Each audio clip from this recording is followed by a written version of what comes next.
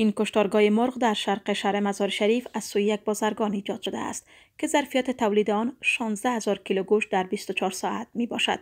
مسئولان این کشتارگاه می گویند اگر از سوی حکومت پشتیبانی شوند می توانند با بلند بردن ظرفیت تولید گوشت مرغ نیازمندی های شهروندان بلخ را تامین کنند.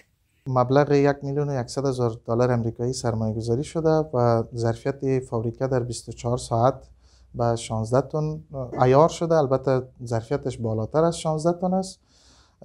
برای فعلا نظر به تقاضای بازار ما چون فابریکه نو ایجاد شده ما ظرفیتش به 16 تن عیار ساختیم و به تعداد 40 نفر از کارمندا در بخش‌های مختلف، بخش اداری، بخش تکنیک و بخش خط کشتار مصروف وظیفه می باشه. در همین حال شماری از کارگران که در این کشتارگاه شامل کار شده‌اند از ایجاد چنین مراکز اقتصادی در کشور استقبال می کنند و به فراهم شدن بیشتر زمینه کار برای شهروندان تاکید دارند. قبل از این بیکار بودم، این کشتارگاه که 2 ماه میشه کار میکنم اینجا بودم جای کار خیلی خوشحال هستم. از صاحب از کار خیلی تشکری خاص میکنم.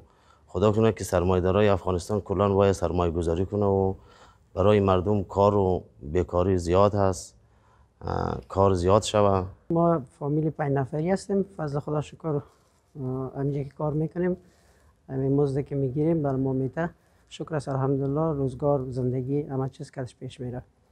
از سوی مسئولان محلی و اتاق تجارت و سرمایه گذاری ولایت بلخ نیز ایجاد این فابریکه تولیدی را برای فراهم آوری فرصت‌های شغلی و عرضه گوشت صحی به شهروندان اثرگذار می‌دانند و بر پشتیبانی چنین سرمایه گذاری از سوی حکومت تاکید دارند.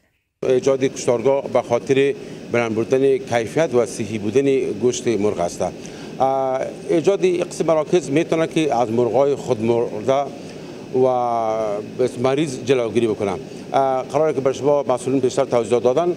مسئولیت مرغ تا کشتارگاه مربوط امو تولید کننده است. بعد از او مربوط کشتارگاه میشه، یعنی که تا امو دقایق مرغ که کاملا صحت و سالم میباشه اینا ذبح میشه. کوشش میکنیم که در آینده همین تو جای دیگه هم جور شود. مردم باید تشویق شود که جای دیگه جور شود.